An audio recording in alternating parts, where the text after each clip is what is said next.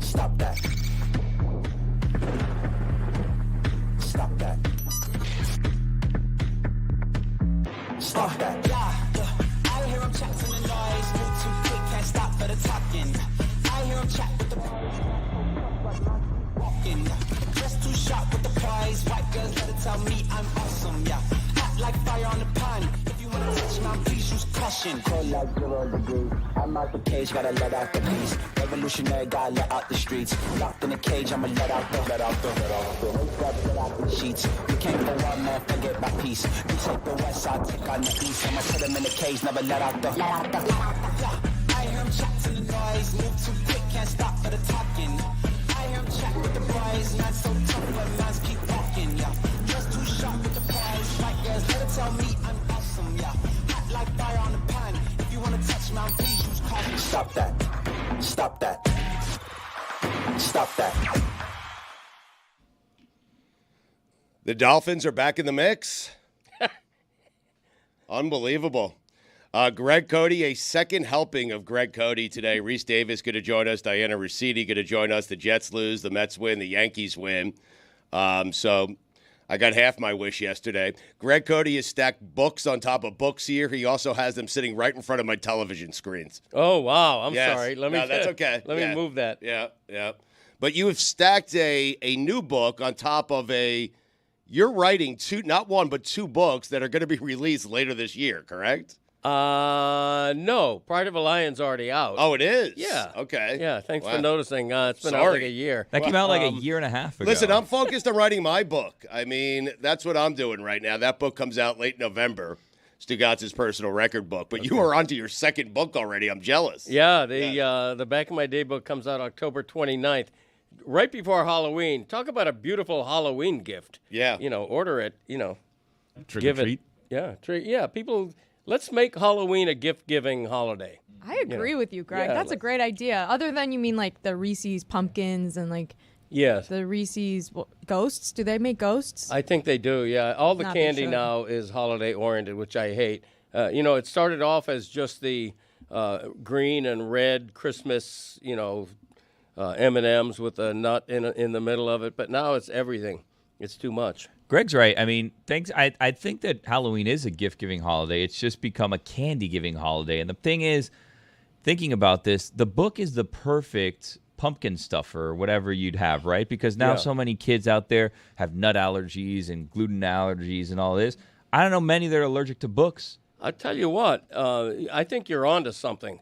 What you do is you pre-order, on the 29th, you go to your local bookstore. Right. I don't know what your neighborhood's like in terms of kid traffic, but buy 100 books and give them out to neighbor kids. Right. And enjoy the look on the face of a 5-year-old when you hand him a book. I think it would be just joyful. When you hand him a book he's never going to read and Right. doesn't care about. Yeah. Yes. Yeah. It would I be mean, I great. hate going to a house and they give me a couple of pennies for UNICEF. I can't stand that. No, I don't like Right. anything other than candy when I was a kid. Right. You don't want to get anything. I don't want a lottery ticket. Don't give me anything. Just give me candy, and it has to be good candy. Sure. Well, hold on. We're arguing that they should be giving your book, though. Correct. Well, that's true. The book Right. is ideal. That's why we got to turn it into a gift-giving holiday, which it's never been.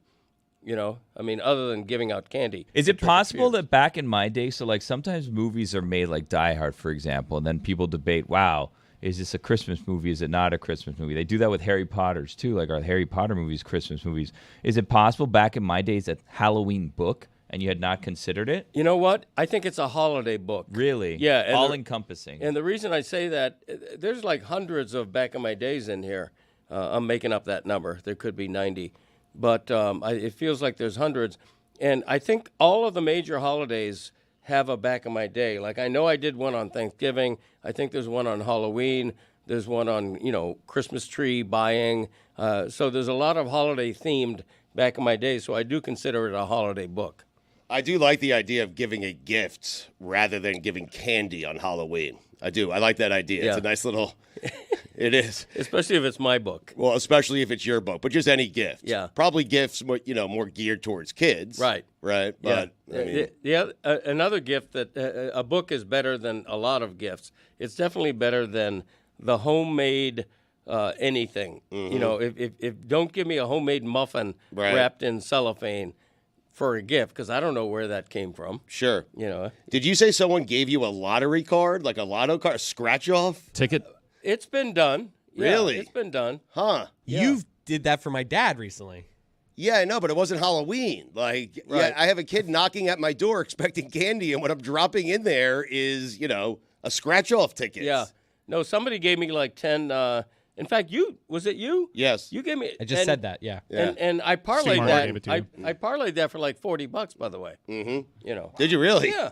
You won $40? Yeah. On my tell Stu lottery that. tickets? Absolutely. He's got to look I for mean, a cut. I would be pissed if I gave someone a lottery ticket and they won a bunch of money off of it. That's a dangerous game. I Well, I would be. think when you gave it to him, you said that you were splitting it 50-50. So it sounds like you owe Stugotz 20. 80, It could 20. be. I owe him more than Which, that. by the way, 20, Greg, if you want Right. to just hand him the book, is what your book costs, Yes. coincidentally. So you just hand him Right, your here you book, go. and I feel like you're good. Yeah. Yeah. Thank you. $20, Greg. A little pricey for a book. Yeah, if somebody gives you lottery tickets, what is the unwritten rule on that?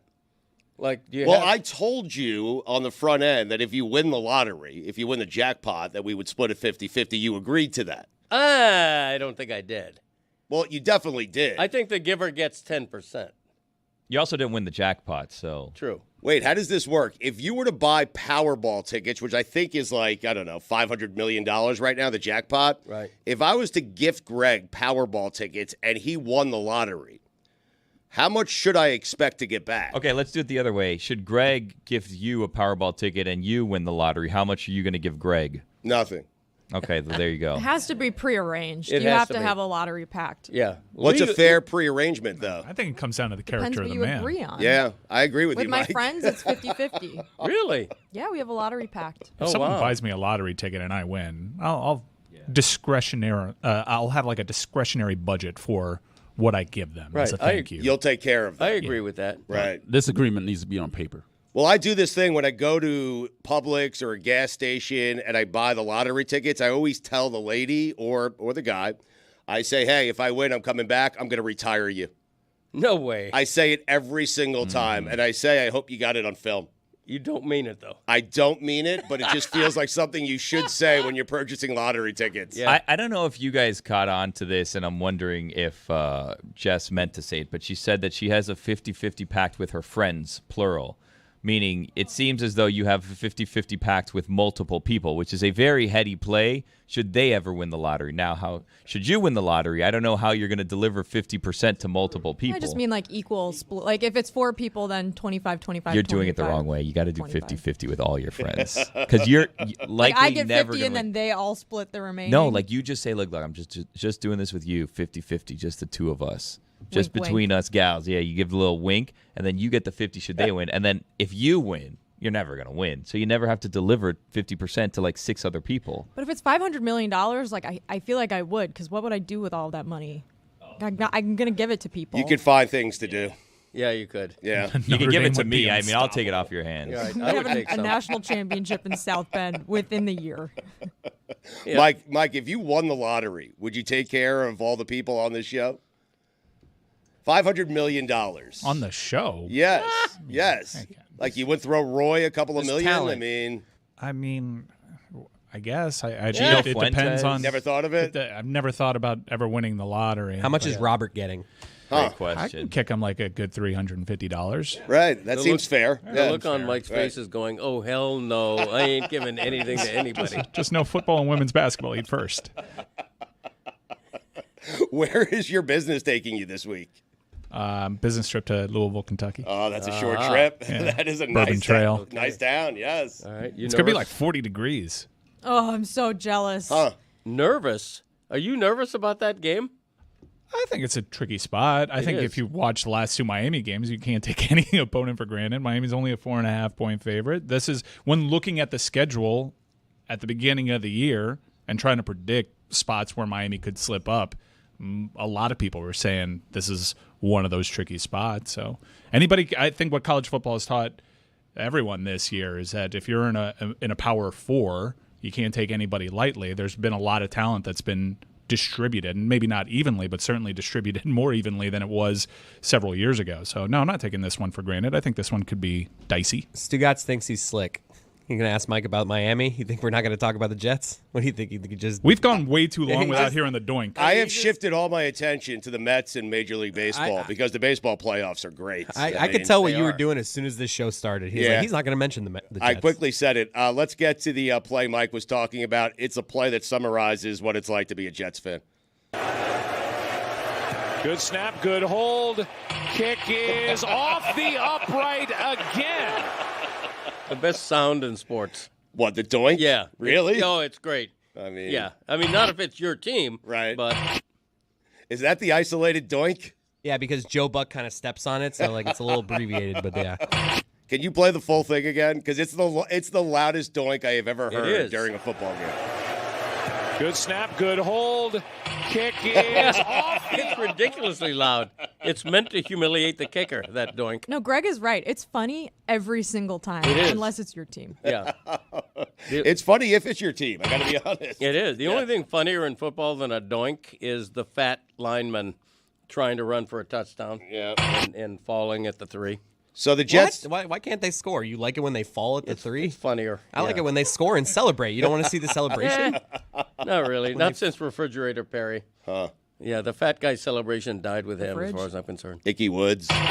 But was he considered fat? I think he was. Yeah? Mike, Icky Woods was considered, I don't want to say fat, he was chubby, I right? miss fullbacks. Yeah. Yeah, fullback. It was a different time, yeah. Now they all look like Juszczyk, if they're still around. Icky Woods, little belly on They him. have gotten good looking. Alec Ingold for the Dolphins, good looking. Yeah. You have to be. You have to be to play fullback. Good-looking fullbacks, huh? Greg Zuerlein signed a $8.4 million contract. Yeah. Legatron. Yeah, I mean, the ball looks different leaving his foot. There's no question. Are the laces in? What is happening with this guy? He's terrible. He's terrible. He is terrible. Jets lose 23-20 last And night. somehow Aaron doesn't blame him. Oh, that's It's who the I was officials. talking about. Yeah. Yeah. I mean, do you have the sound of Aaron blaming everyone but Oh, himself my in the post-game press conference? Because it's really frustrating. You finally get a quarterback. Like now he's past his prime. He's old. He's coming off an Achilles injury. But we have lost the last 3 games by a total of 10 points. Yep. And Aaron Rodgers was supposed to fix that. He's got to be the positive difference in close games. I've been losing 3 games by a total of 10 points my entire life as a Jet fan, and this was the guy that was supposed to come in and change all that, and he hasn't. And it's been really disappointing to watch. It's been really disappointing as a Jet fan. Here is Aaron Rodgers after the game blaming everyone but himself. Can you just talk a little bit about the penalties tonight? Yeah, it seemed a little ridiculous. Some of them seemed really bad, including the roughing the passer on me. That's not roughing the passer. Might as well play sarcastic ball if we're going to call those things. And I thought the one on Kinlaw was not roughing the passer either. You got to love that, though. Yeah, I do give him credit for that. Like, what he's doing there is saying, hey, even the penalty on me, which benefited our team, bad call. Right. Yeah, the rest were bad. Right. I mean, basically, he's taken all the heat off himself. Yes. With no cause. Yep. I mean, at some point, maybe I'm overboard on this, but I've been saying it for a while now. At some point, Jets fans have to say, you know what?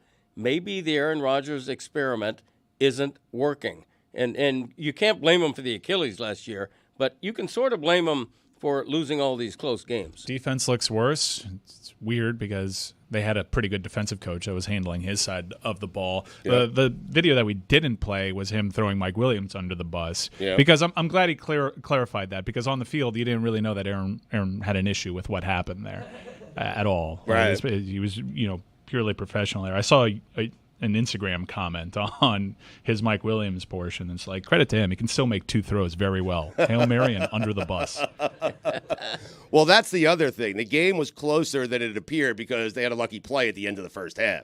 Otherwise, it's 20-10 going into halftime. Look, they missed kicks, but also that Sky Judge thing with the tuck rule, that could have gone either way. That looked like he brought it down and it was a fumble. Like, if that was a call on the field, I'm I don't know. That could have gone either way. It's just that's a bad loss, dude. This Trey Wingo tweeted it out. Through 6 games, Zach Wilson under center scored 113 points for the New York Jets. The 6 games this season with Aaron Rodgers under center, Jets have scored 113 points. He was supposed to be the difference. You watched the Jets last year. It was very clear they were being held back by their quarterback. So you bring in the highest rated quarterback of all time. And when it comes to QB rating, he's still, we'll see after last night, but he still had the edge over Patrick Mahomes. And he's just not the same guy. And we've mentioned it a couple of times. We all had it in our brains as all these guys got older and were putting up numbers when they were older. Tom Brady kind of warped the aging process for quarterbacks in that we thought that, yeah, Drew Brees, once he hits 40, he'll be the same guy. Aaron Rodgers, once he hits 40, he'll be the same guy. No. There's 2 guys that have been able to, like, be really good and surprise people with their age. Brett Favre, who actually is, like, you want to talk about quarterback rating, he's rated worse than Nick Foles all the time, but he had a great season with the Minnesota Vikings. And Tom Brady won a Super Bowl in his mid-40s, beating the greatest quarterback of all time, arguably, and Patrick Mahomes when it's all said and done. I just think that we have to recalibrate and understand that, of course, Aaron Rodgers isn't as good. Historically, there's only been one guy that remained good. Right. Yeah, and well, Joe Flacco as well. But Joe Flacco has a lot less tread on his tires too. Right, but you're right. Tom Brady is the anomaly. LeBron is the anomaly in the NBA. The rule of thumb remains: if you're 40 years old as a pro athlete, chances are 90% you're not going to be nearly as good as you were 5-7 years earlier. Anyone else think it's a slippery slope? This whole like the eye in the sky can just come in at any time and change a play because it's just. Using your challenges, like now it's just like, oh, I don't have to use my challenge here because the eye in the sky decided that play was wrong. And it's like sometimes I have to use my challenge, but sometimes the officials are just going to change the call. It just seems very subjective when the eye in the sky is changing It's calls. also a lot easier to follow when that happens on television. When you're in stadium and they just rule something there, you don't have a real explanation, and it leads to a very confusing experience for people that are in that stadium trying to follow along. A slippery slope to what, Chris? I'm just saying because one team can say, "Oh, that play was just like I'm pretty sure they did that with that throw, like the tuck." Yeah, it was a sky judge rule, situation. The sky, the refs just like Buffalo tried to challenge. The calls changed, but I like a judge presiding over everything and telling you when they got it wrong. But then it's better to not have to use your challenges because they're getting the calls right, though. And also, it's faster. I would say, like I think it was the touchdown. Also, the sky judge was like, came in, said it was a touchdown. We moved on. Like it wasn't. We didn't have to go to commercial. Buffalo was trying to hyperanalyze it though, and if you hyperanalyze and you stay there, you can start talking yourself into different things. Whereas it was an immediate ruling, and Buffalo tried to challenge, and the officials explained to him, "You keep your challenges. This was one of those plays that were automatically reviewed. Source, just trust me, bro."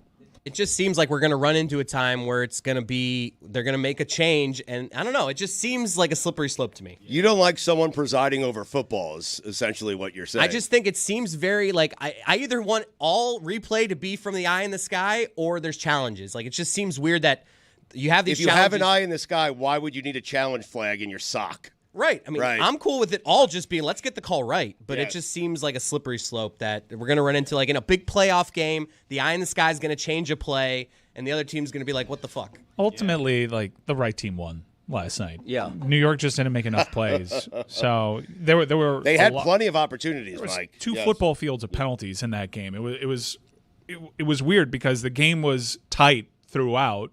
Interesting things happened, but the game flow was such that you couldn't actually say, man, this game is awesome, huh? And it's a shame because, you have Aaron Rodgers fighting for his team's life on Monday night against a bitter rival. That's something good that the sport has going for it, and yet everyone kind of had the same experience watching it, which is like, man, this is a little laborious. I can't. It's late at night, and there's no flow to this. There's no flow, and it doesn't take 22 penalties for there to be no flow. I think flags are an epidemic in the NFL right now. It's to the point now where I was watching a game, I forget the game, but the first flag was like late in the first quarter, and the announcer was making a big deal out of, finally, we almost got a quarter in without a flag.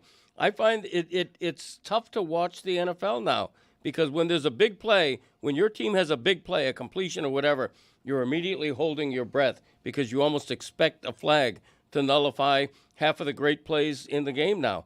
I don't know whether the officiating is going overboard or whether the play is that sloppy around the league, but I find it tough to watch the NFL more than I used to. Aikman was saying exactly what you were saying, and he's like, come on, so many penalties, let's look at these. And then they look at them, and they're all penalties. Yeah. And even he was just like, I think the one was the roughing the passer on Rodgers that extended the drive. That was bad, yeah. They said that he put his body weight on him, but Which he did. He did. Yes, he did. So, fine, but it looked like he was trying not to, and then he sacked a quarterback. He made a tackle. He's playing football. How can you flag him 15 yards for that? It's ridiculous. That was a funny moment where the TV official came in and was explaining the rule to Aikman. He's like, no, I got it. I don't like it. Get the rule. Don't like it. Yep. It's a tricky thing because sports fans love to complain. That's a penalty. That's a foul. And when we have a game that has too many of those, we're saying, stop it. Too many of those. Mm-hmm. It's hard to please everybody. But that game, I think, did have the most penalties in it so far this NFL season. As a gambler, though, a lot of times we love these penalties because if you're on one side and you're hoping for the flag. So 50% of the time, I'm happy that these flags. Yeah, but 50% of the time, you're not. Right. I love offensive penalties. I like a holding, and when I need yards, it's all right, let's move that back 15 yards. That's more yards we got to gain here. This is great. I just love seeing the players. I've done this before about how I love to guess what the penalty is. So when you start seeing the movement, you can kind of tell before the call, they're moving backwards. That's on the offense. And man, when you need that offensive penalty and they start moving backwards, better than sex. It's weird. I try to impress my wife by telling her what the call is going to be before they make the actual call. And it's just by placement of the flag. When's the last time that impressed your wife? She's not listening to at me. what point, I'm when in this relationship she's like, wow, yeah, John knows football. Not once. Because I feel like 1987 was probably when that ended. Illegal formation. How'd you know? Right. She's not impressed at all. I'm not even certain she's listening. I'm doing it anyway because I need to talk to somebody when I'm watching football, and Abby's there. Yeah. And so, I mean, it is the least impressive thing in the world to be like, that was a hold when they throw it by the line of scrimmage after a big run. I know, look at sometimes. I'm holding 10 yards other way. Is that how Lee wooed you? No, because why? What? It's like an illegal shift. I'm like, whoa, babe. I probably saw the illegal shift before he did. Are you asking if that's how I wooed Lee? That's a better question. You're telling Lee what the calls are? Yeah, exactly. We're arguing with each other like, that was an illegal shift. No, it wasn't. I don't like it when the announcer usurps the referee. I like the referee to announce to me what the penalty was. No. I don't like it when they want a clean call. You want the announcer to lay out. I don't like it when the know-it-all announcer goes, immediately goes, the center, Flackman, was holding on that play. Who knows that? They do. Who's watching? They have spotters. They're always right. Who's watching the center, though? They're spotters that are feeding them this information. Yeah, too much information. Too soon. TMI, TS. Huh. To miss it. Right? Too much information. You're right. Soon. Yes. Nailed it. Yes. Let the referee Yes. tell to miss it. That's how you spell it, yes. To miss it. Wait, Mike, this is interesting. Are you saying that Aaron Rodgers is done? Flatly, that's it? You are done with Aaron Rodgers? I'm not done with it. Aaron Rodgers, I've kind of pointed out that for several seasons he's not the same dude, and everyone kept telling me that they expected him to be a clear and obvious upgrade, and by everyone I mean a lot of people on this show, Dan included. Right. And show me the numbers. He hasn't thrown a 300-yard game in a long time. He was always kind of a cautious quarterback. Even though he had this rocket arm, he played the game pretty safe. And as he ages, he's only going to play it more safe. And the only time that guy throws deep is at the end of a half or if the opposing team jumps offside. He's pretty careful. And then sometimes he doesn't understand, like he did with Devonte Adams throwing to a double-covered Devonte Adams in that playoff game, his last game as a Packer. Exact same thing happened last night. Mike Williams, granted, he had an open receiver, whether he underthrew it. According to him, Mike Williams ran the wrong route. He's supposed to know what he's supposed to do there, fine. But he had a wide open receiver underneath for an easy 20-yard chunk play to get them in field goal range. This is This is who Aaron Rodgers is. I don't think he's ever going to go hop in the time machine and be the guy that we were obviously saying, wow, this dude might be the most talented, skilled thrower of the football we've ever seen. It looks so different. I just don't think he's that guy anymore. But I don't even think he's not Pro Bowl level. He might not even be top half in the league right now. He's below average right now. He is. I'm not looking for the Aaron Rodgers of 3 and 4 seasons ago who, 37 touchdowns, 4 interceptions. I'm not looking for the touchdowns. I'm looking for him to not throw interceptions. Yeah. And he is tied for 5th right now in the NFL through 5 weeks in interceptions. He's thrown 5 already, and it seems like every game as he's trying to get the Jets a victory, final drive, Aaron Rodgers throws what is a bad interception. And so I'm not looking or expecting Aaron Rodgers to be the guy he was 3 seasons ago, 4 seasons ago. I would just like him to be good. Yeah. I'm not asking him to be great. I just need him to be good. And he hasn't been good, and that's been disappointing. I think part of it, too, is that, look, Garrett Wilson, he's an okay receiver. He's pretty good. Quit putting him in the elite category. That was very disrespectful what you just did to Garrett Wilson. He's really good. Really talented. He is really good. I don't think he's an elite receiver in this league. Okay. I don't think he's C.D. Lamb or Tyreek Hill. And Mike Williams. Mike Williams made Chargers fans crazy for 5 years.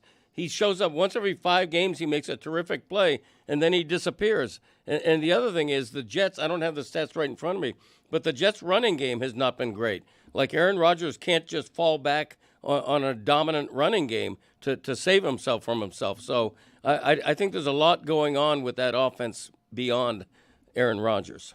Billy was very frustrated with Mike Williams last night. The BBBs, his big board bets on God Bless Football. We were looking good, Billy, until Mike Williams happened. Well, I mean, every week on Mondays, I give you 3 bets that if I was in a DraftKings state, I may so be inclined to bet. However, I'm not, so I don't. But if I was, I would maybe feel strongly enough about these games to place bets.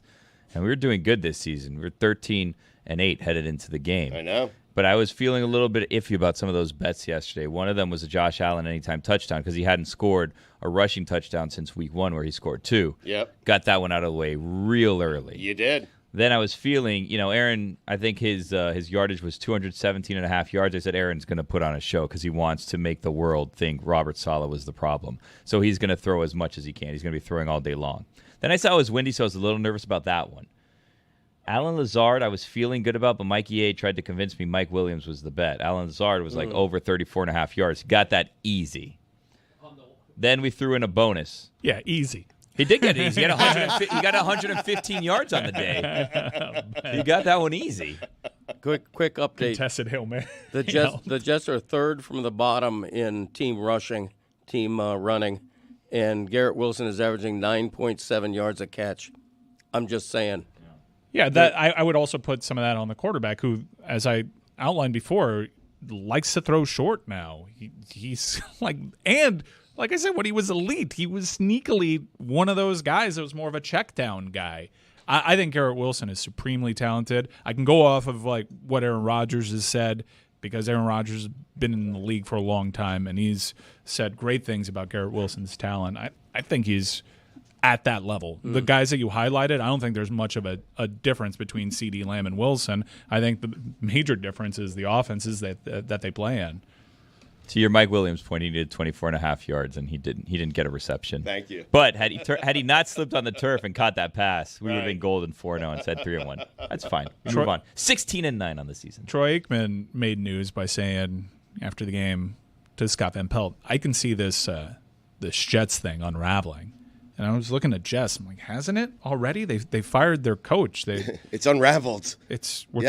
We have all sorts of questions about the savior at the position, and now the defense looks a little bit more concerning. They're in a hole.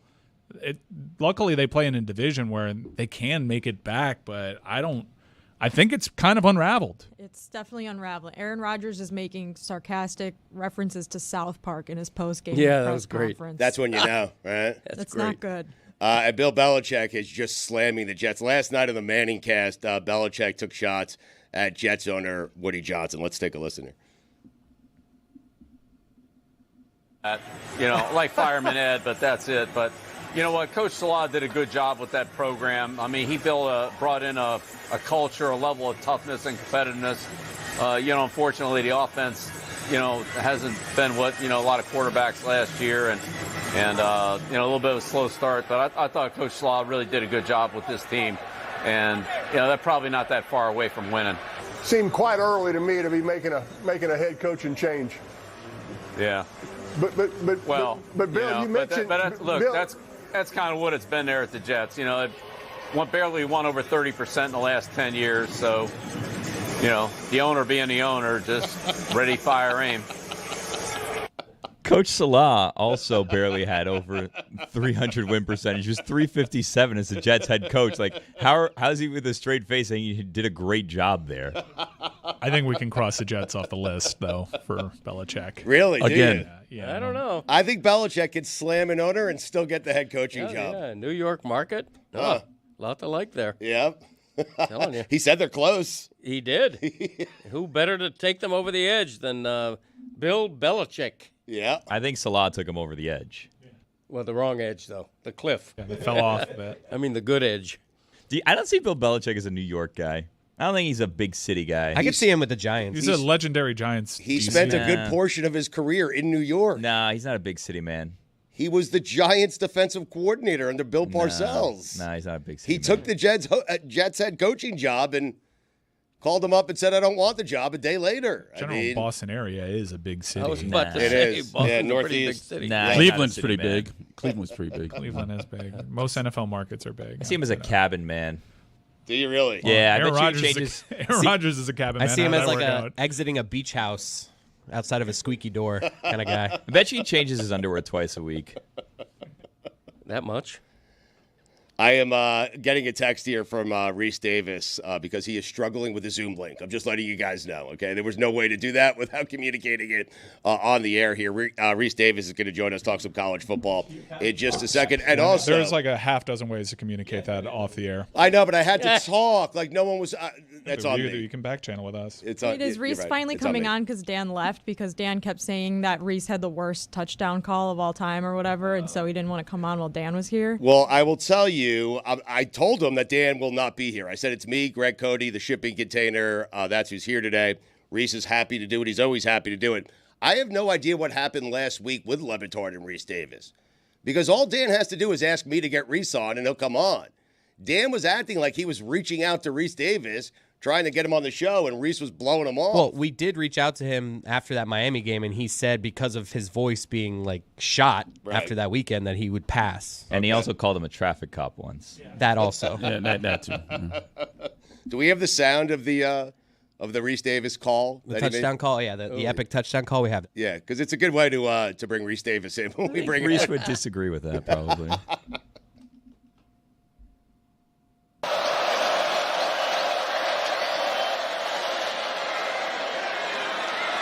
Touchdown scored. Whistles.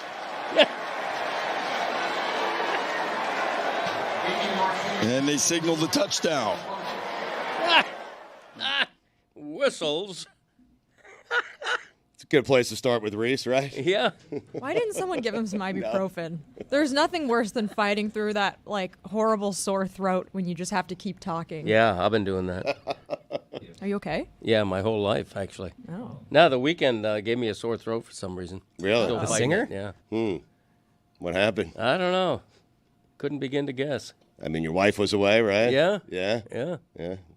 I don't know. It's just a mystery. Better today than yesterday, though. Right. I'm not sure if coffee helps or hurts if you have a Probably sore hurts, throat. especially if it's acid. Do you think it's acid reflux? Because then the acidity from the coffee. I used to have GERD, like Gerd Muller, How did the you get former rid of German it? soccer star. What? How did you cure your GERD? I took medication for Cured. it, and it helped. Like Pepsid? Well, Prevacid? I don't know if it's Pepsid or what, but you know the what I'm addicted to now. Tums used to be terrible, right? It was the chalky. Pink. Oh, they're Very the, chalky, The yes. candy coated Tums. Yes, the They're chewable so Tums. good. I'm addicted to them. I How many eat do you like have a 5 a day? day, whether I have GERD or not. Oh my God, they're so good. Chris, you've never had Are you one? supposed to do that? They're excellent. But, Dad, What? What flavor, Greg? Do you have the I peppermint? like them all. The pink, the purple. Okay, because they have like smoothies. They have peppermint. They have creamsicle ones, like I hadn't special even gone edition. there. If you go to Target, Target has like the special edition, holiday editions of the Chewy Tums. Oh, I eat them like candy. Yeah, probably should be careful on that intake there, Greg. How's that, Roy? Medicine. Too much of How's it that? to kill you? It's preventative. He's preventing it GERD. is. He likes them. I mean, Yeah. The Flintstones had vitamins back in the day. And I used to eat those like Skittles. No, you know what I'm no, saying? you didn't. Those were terrible. They were great. No, they were awful. I enjoyed that. It was like biting into rocks. All right. When I was we agree to disagree. What's the most you'll have in a 24-hour span? You're talking to me? Yes. I was exaggerating before. I'll eat 2 or 3 or 4.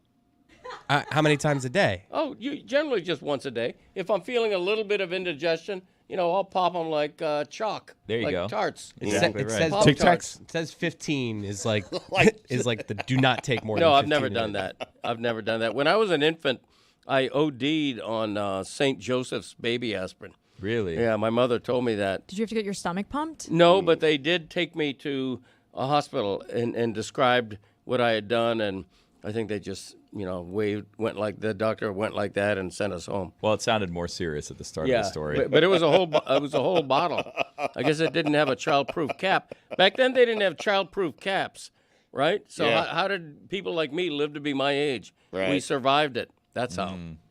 It seems like a waste of a hospital visit. I mean, I know. Yeah. Yeah. I mean, I Overdose? I don't know. I think that's kind of. Well, it wasn't even an overdose. He It went wasn't in there an and they just OD. sent him home. They're like, he's fine. Well, if it says to take 2 and I eat a half a bottle of 30, I mean, that's all right. an overdose. That's a suggestion. Yeah. It could have been a lie. Maybe I believe too much in Western medicine, but I feel like if a baby eats an entire bottle of aspirin, maybe check it out. Yeah, I agree. He's fine. Look at him. He got GERD, but other than that, he's alive and kicking. It's like Yankee. Barely. Alive, not kicking anymore. Do you have a back in my day today? I do not. No, wow. I was so busy yesterday that I didn't have time. Yeah. Right. Hosting the show. Yeah. Right. Yeah. Maybe next week. Maybe. Yeah. You okay? Toss a Tums in there. You all right, Greg? Seriously. Okay, he's all right. Yeah, I'm good. All right, Rece Davis has found the Zoom link. He is going to join us coming up here in a second. We'll talk some college football with Rece.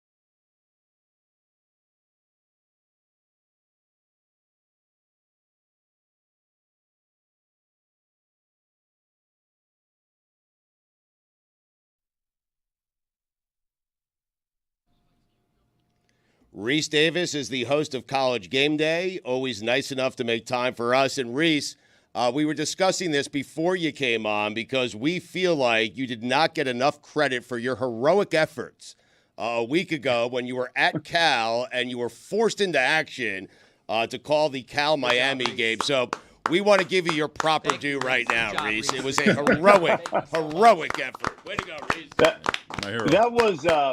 That was actually, it was a really fun game. It was pretty disappointing because early in the week or midweek, I've been fighting off a little something. And then I was literally on the plane Thursday night going to Cal, and I got the call that, Dave Fleming had a family emergency and they needed someone to step in. And I said, look, I've had a little thing with my voice, but I think I've turned the corner. I think I'm in good shape. Made it through the show. And then Saturday afternoon, sitting in my hotel room, going over my boards, putting notes on the board and getting ready for the game and all of that stuff.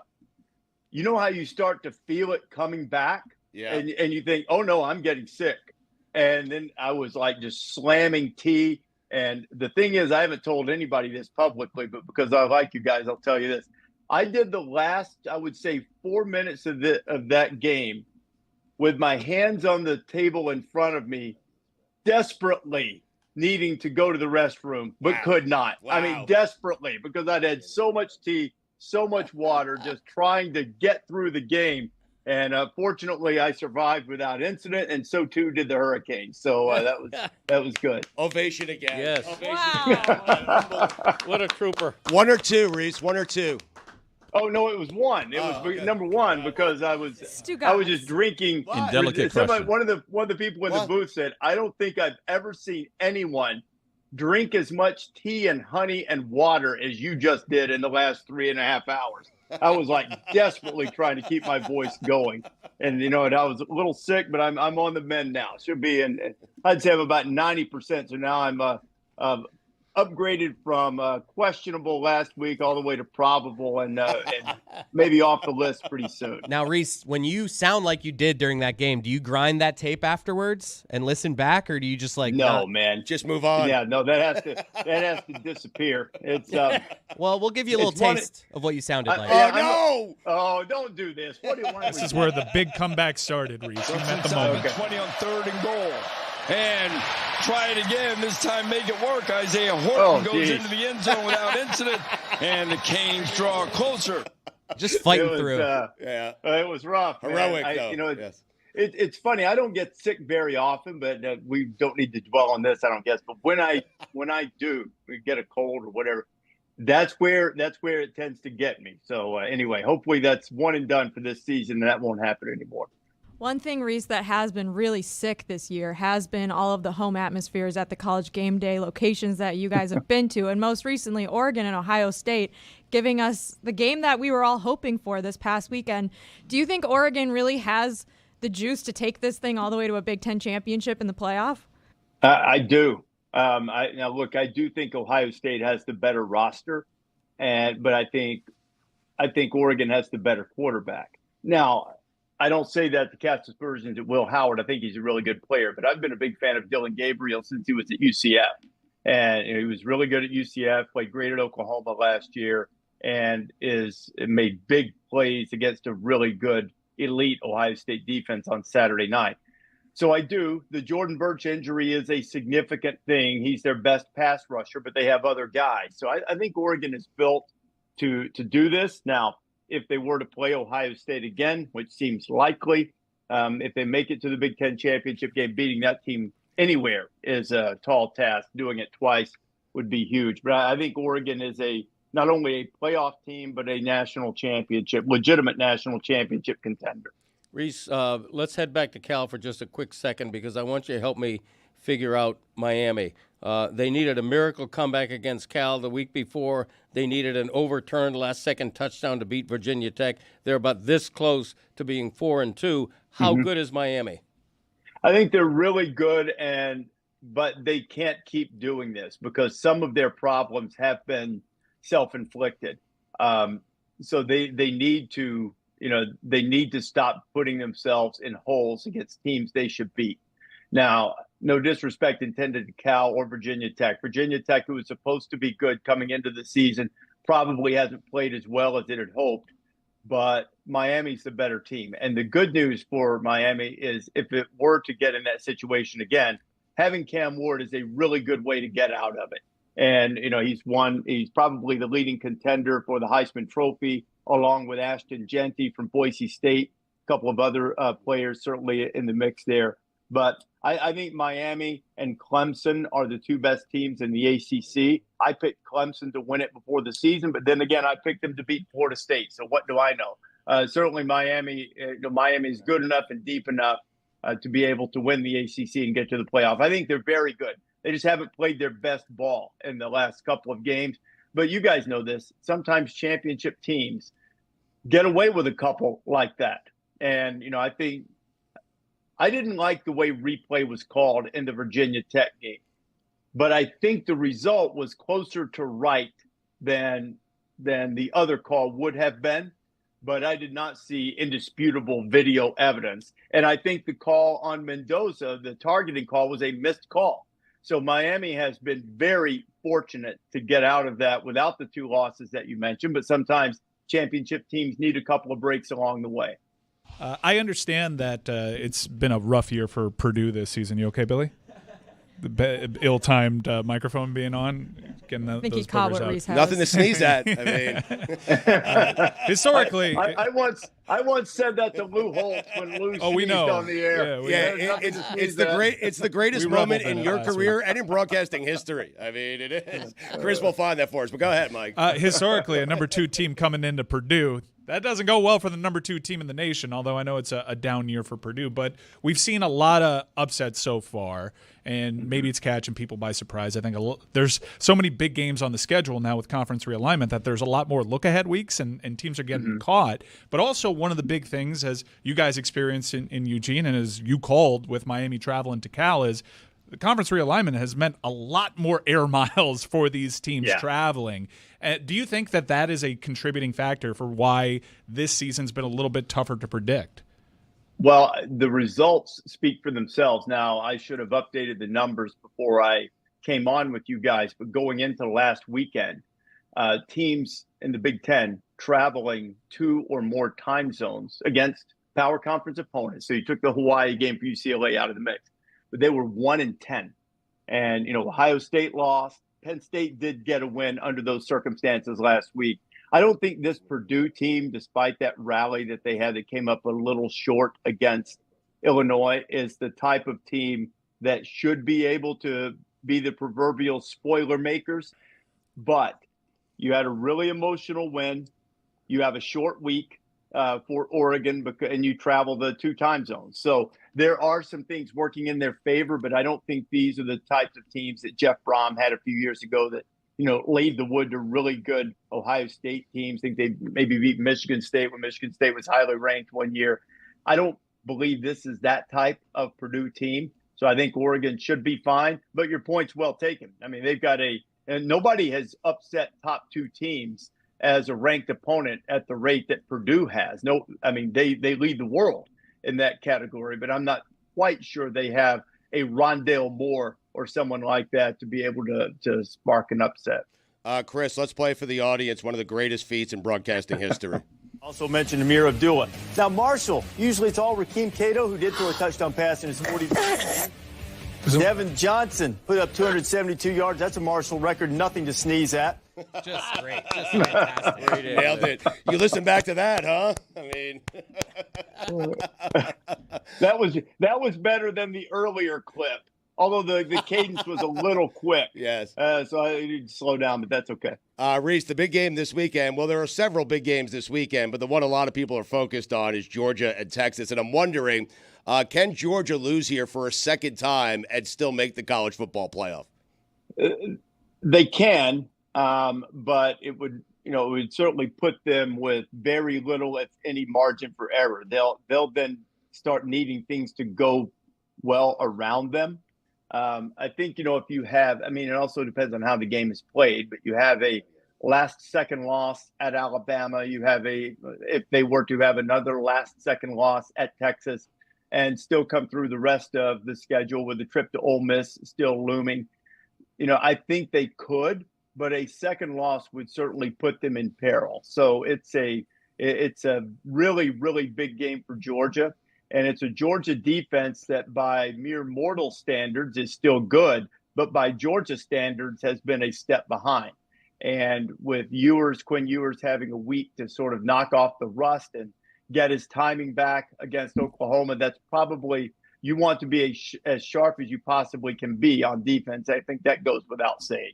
But, on the flip side, Texas hasn't seen a quarterback or an offense anything like Georgia has up to this point in the season. I think I put in my notes yesterday that Texas has faced, among its Power 4 opponents, they have faced a former walk-on making his second start and 2 freshman quarterbacks, and they haven't seen a passing offense.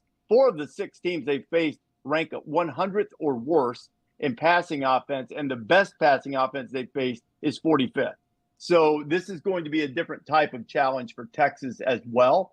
But I do think the Georgia defense needs to elevate its play, particularly in the secondary, if they're going to have a chance to win Saturday night.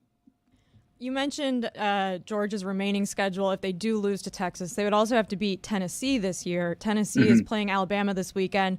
But Tennessee's offense just really hasn't looked right over the past few weeks. Nico Iamaleava, I think, only had 4 completions of over 10 air yards last weekend against Arkansas. He's not looked as good as they looked early in the season playing against the non-SEC teams on their schedule. So when you have Tennessee's offense, which has been struggling, versus Alabama's defense, which has struggled against the last couple opponents that admittedly run a very different offense than what Tennessee has, who do you have coming out with a win in that game? I wish I could tell you. I probably lean Tennessee a little bit because they're at home, and I think that they probably are going to play better in the passing game. Combination of factors. One, Iamaleava is a very talented quarterback who hasn't played his best. But they've also, I think the thing to remember is I know Heupel is built on going fast, up-tempo, small amount of time between plays. But the strength of this Tennessee team is its defense, particularly its defensive front, and the running game with Dylan Sampson. So the Heupel is playing to his strengths a little bit. It'll be interesting to see, though, if they attack downfield, because Alabama's secondary, while I think they have talented players, they have a lot of young guys back there with a couple of veterans at safety. And implementing a new system, new coaching staff, there have certainly been some bumps in the road. There's no question about that. So I think you'll see a better Tennessee passing attack. And the real question becomes, can Alabama be consistent on offense? We know they have dudes who can erase mistakes. Jalen Milroe, Ryan Williams, Jam Miller, there and a number of other guys. They can go, negative play, 0 yardage, 79 yards to the house. They're very capable of doing that. So if Tennessee can limit that and maybe get just a little bit more out of that passing game, I probably lean Tennessee a little bit on Saturday. Rece, a question that I don't believe has ever been spoken aloud in the history of college football. Does the Army-Navy winner actually have a chance to make the college football playoff? Yes. A chance, yes. Especially if they both were to remain undefeated, and both have to play Notre Dame before the end of the season. So that'll be a tall task. It'll be one of the strangest things if they both were to make the conference championship game in the American, play that game, potentially with a college football playoff berth on the line, and then turn around and play again the next week in their regularly scheduled game, which will have no impact on the playoff whatsoever. Now, I do think that they'll probably need Boise State and possibly UNLV maybe to lose another game or two out of the Mountain West in order to be that, 5th highest ranked conference champion and get one of the 5 automatic bids into the field. I think it's a little bit of a taller task for Army or Navy to be in that large selection. So that would be, the challenge for them. But, certainly it could happen. And if they're undefeated, they'll be in position not only to be that 5th highest ranked conference champion or maybe 4th highest ranked, and certainly they'll at least be on the cusp of at-large consideration. So it's not out of the realm of possibility at all. And if you haven't seen either of them play this year, they still run option. I'm not trying to suggest otherwise, but they put some really fun wrinkles into the offense, particularly at Navy, and Army has found its own version of it. And they're they're a little more explosive through the air at key times than you might imagine. And this Blake Horvath at Navy, the quarterback, is a ton of fun to watch. Rece, the show is better than ever. It really is, which is saying something, College Game Day. But I'm wondering, what has surprised you the most about working with Nick Saban? Because he's been great. He's been phenomenal. I think the quickness with which he has adapted to television. He's one of the most gifted communicators I've ever been around. I mean, he can explain things and grab your attention in a way, both football, psychological, or if he's telling you about his business ventures. I mean, he can communicate. Everybody knows this. This is why everybody in the world wants him to come speak. But television and fitting into a group is a different dynamic. And usually for most people, I think it almost takes a full season. And for him, I mean, he's adapted very quickly. He understands team. He's a great advocate for the show. He comes up with ideas. He's certainly, as you guys might not be surprised by, he's not shy about expressing his opinion, yet he is not overbearing. That guy listens to everybody and takes it into consideration. So he's been great. And I think probably how quickly he's been great has been the only thing that surprised me. Rece, the most stressful part of me watching College Game Day is whenever McAfee stands on the chair. But luckily, the last few weeks, you've gone over and you've been a helpful friend, kind of holding the chair for him. Mm-hmm. Now, I will say, while that's very nice of you and very helpful, if he falls on that chair, it's going to crush on social media. So I really think you need to reevaluate. He should push him. Even Pat. I mean, Pat loves a viral moment. I feel like even Pat would like the viralness of him falling from that chair. He might. The funny thing, I got a text from him a few weeks ago, and because I've been doing this for a while, when he was sitting right beside me, I would always reach over and steady the thing. But I mean, these chairs are not made for people to stand on them, right? And so I gotta protect my guy. I gotta make sure Pat doesn't take a spill to the best of my ability. I have thought a couple of times, okay, what if he comes off the thing anyway? Am I sturdy enough and strong enough to absorb the blow? And maybe all of us will come out none the worse for the wear. But I'm going to steady that thing for him because I appreciate your desire for a viral moment. But my desire to keep the show from completely going off the rails and making sure that one of my teammates doesn't get injured is going to supplant your desire for the viral moment. I have a McAfee take as well. I think, Rece, that he is getting tired of writing these checks for made field goals. Yes or no? He's one of the most generous people you'll meet. I mean, you guys are familiar with the show. He's always giving away money, and he was very wise after the floods and the hurricanes, that came through to say, hey, let's as a group, and he said this during a break of a show, hey, let's as a group commit to putting in, I think he said $500,000, and he said, whatever, you guys want to do, we'll make sure to make it all up, and that'll be the total. He's an extraordinarily generous guy. I think he likes the fact that, the people get a chance to make that kind of money. But, I mean, he's bringing this on himself. These are all second chance opportunities, and I tell him every week, hey, look, if you want me to get you out of it, I'll say, no, we don't have time for a second chance. But, so far he's been good. We'll find out this week if he wants to say this is a one and done venture for whoever the kicker is. Rece, what's been more surprising to you this season? Pitt winning mostly with an offense-first sort of game plan or Vanderbilt beating Alabama? Oh, boy. Oh, both are great questions, particularly because of the way Pittsburgh has had to rally. And, Eli Holstein has been terrific. Their new offensive system is fun to watch a little bit. I mean, they had a good offense with Kenny Pickett, but it's a little bit anti-Narduzzi, one would think. But I would say probably with Alabama coming off that win over Georgia, losing to Vanderbilt is, and Vandy's better than people think. And Diego Pavia is a great story, but they really had no business losing that game. And, and they didn't blow the game. They got whipped. I mean, Vanderbilt beat them on the line of scrimmage, as Pavia said after the game, pretty much from kick until the end. They got whipped. So, but seeing that was probably still the most surprising result of the season. Look, Alabama's going to have some bumps in the road. This transition, when you go from the greatest of all time and who had a certain way of doing things, and you change that, even with an accomplished coach like Kalen DeBoer, and I think he's an excellent coach. His record indicates that. It's not going to go without a hitch. It's just not, and so everybody's getting used to each other. Things happen, but I would say that even so, that's probably the most surprising thing that's happened this season. That and Northern Illinois beating Notre Dame. Rece, you've been generous with your time as always. I am interested. We play a game around here if the season ended today. Would you be interested in hearing from Steve Kornhacke? He is outside right now on the whiteboard, and he can give you the playoff matchups if the season ended today in college football. Would that interest you? I'd love to see that. Let's see that.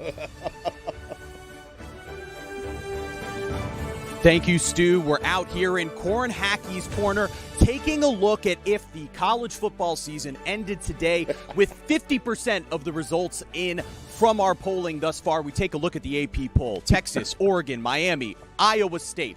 They would have buys thus far if the college football season ended today. So when you look at the matchups, LSU and Alabama as Alabama hosts an SEC showdown. You'd have Georgia and Clemson, a couple of staples of the college football playoff. Ohio State, who just lost to a Heupel disciple in Dylan Gabriel, taking on Josh Heupel's Tennessee Volunteers. Texas, Oregon, Ohio State, the highest percent chance to make the college football playoff according to the New York Times. But the matchup I want Rece to take a look at, Swing State, Pennsylvania. Penn State hosting Ashton Jeanty, the best running back in the nation, as Boise State would travel to Happy Valley. Rece, your thoughts on this potential matchup? I think Boise State is legit. I'm having a hard time, getting past the attire, but I know we're going for the election night motif. Let's roll up the sleeves and get in there. Got to work on that tie for him. Yeah, well, work on the tie a little bit, but it's been a long but we're okay. I like the whiteboard. It's good. I think that Boise State. Look, Oregon needed a couple of special teams touchdowns to beat them, and Jeanty hit them for a 70-yard touchdown as well. This dude is legit. He's the best running back in the country. He's going to be a tremendous NFL running back because he's also a great receiver, played a lot of receiver in high school. So I think Penn State would have its hands full with that game, 5-12, even in Happy Valley. But I would favor Penn State to win the game. But that would be you expect this 5-12 matchup to be a bit of a blowout. If that's it, it won't be a blowout, and Boise State would have a chance to win that game. Rece, do you have a minute here? Because we have a couple more questions, if you don't mind. No, I don't mind. Okay. Go ahead, Mike. I want to ask you about the Heisman Trophy, in that this looks like one of the best Heisman races in quite some time, actually, when you consider the star power. You have a star player playing two ways. You have a running back potentially doing something historic with talking about a 3,000-yard season. You have Cam Ward, who seems like he has a transcendent star quality about him with the celebration. Is this the best Heisman race since maybe the 90s? I don't know if I'm going to go quite that hyperbolic. I'd have to go back through all of them. The Lamar Jackson year was a good Heisman race, though he pulled away with it. Kyler Murray versus Tua was a really good Heisman Trophy race at the end, and somewhat in dispute. So I think all of those races were good, but this is a good one because it's got different layers, meaning that Colorado is much improved. They're not going to be a playoff team. They have the guy who's the best football player in the country. Nobody else is doing what Travis Hunter is doing. Now, got hurt the other night. If he's going to stay in the Heisman race, he can't miss games because they're not likely to have the grand stage of the huge game, conference title implications, all of that type of thing. They're certainly not out of the conference race by losing that game, but they're not likely to have as many huge stages. He's going to have to do special things and be a highlight reel, which he is capable of doing. You have Jeanty, who's playing outside the Power 4 structure, has one big game against Oregon, against the big boys, and is putting up numbers at a Barry Sanders rate, which is kind of ridiculous. And the more traditional candidate would be Cam Ward. Now, he's not the only one, from the traditional structure, But I would say that he is probably the guy, in my judgment, that would be most likely to win under traditional circumstances. But I do think that Hunter and Genty are going to get a lot of support, and deservedly so. And a lot of it depends on, whether Travis is able to play, how effective he is, all of that type of thing after missing a big portion of the game Saturday night against Kansas State. Okay, I think the only power conference we haven't talked about yet is the Big 12. So right now, BYU, Iowa State, and Texas Tech all have 3 conference wins. Iowa State's obviously ranked the highest of those 3. But do you have any idea what's going to happen finishing out the month of October into November when these teams start playing each other? Because I really don't know who the best team in this league is. I think the best team is Iowa State, but BYU's getting better. But what I've said about this, and I've coined it, tried to make it a catchphrase and get Brett Yormark to pay me for it, is that the Big 12 is wide, not deep. And what I mean by that is that everybody's kind of on the same level. I don't know that I see a team even now that has this tremendous ceiling in which they could win the national championship.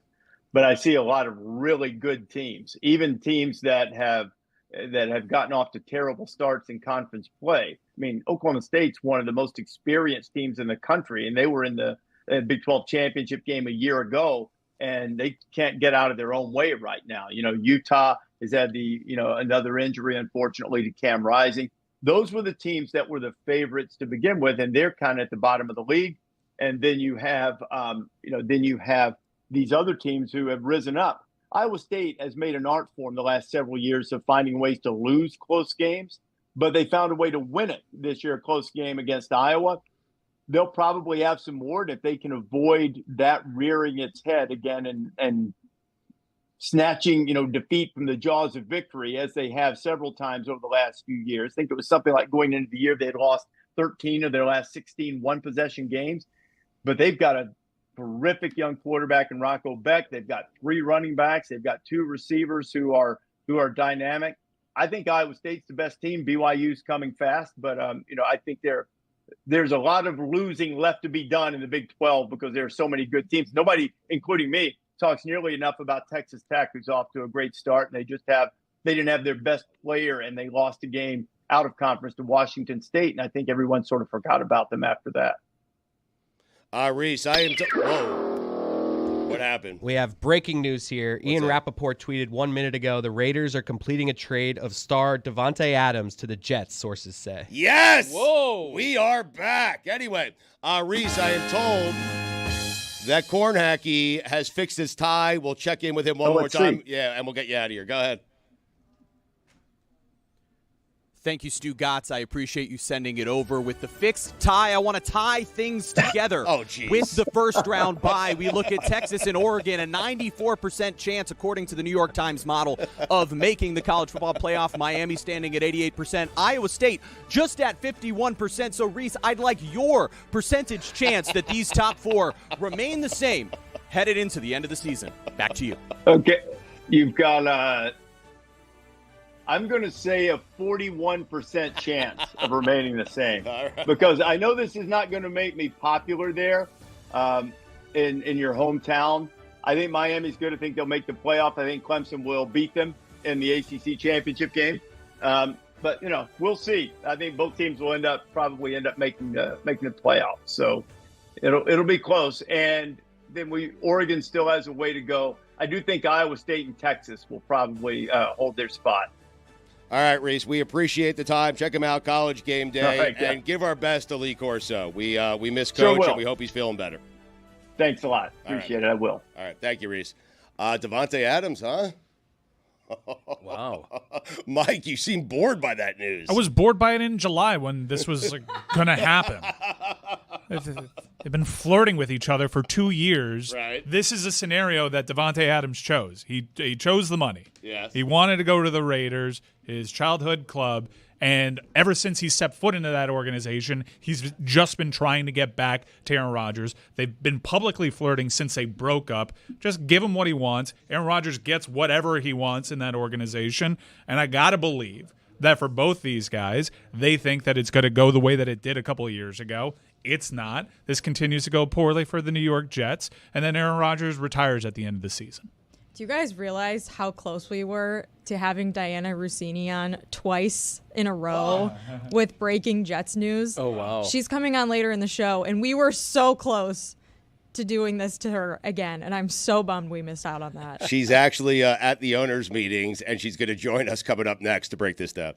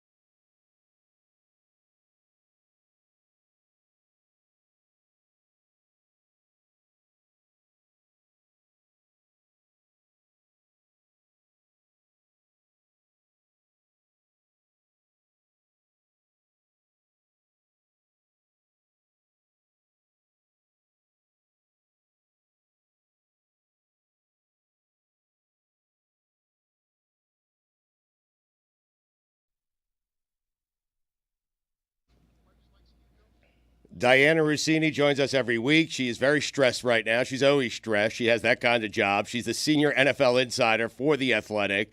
Her podcast with Chase Daniels called Scoop City. It's a massive hit. She is joining us from the owners' meetings right now. You appear to be very stressed out. What is going on there? I joined the show on Tuesdays because I love talking football with you guys, and you know I love you. But every time I'm on this show, stuff is happening. Devonte Adams is a New York Jet. He's been traded from the Las Vegas Raiders. He is headed to New York. In fact, I think he's in New York at this moment.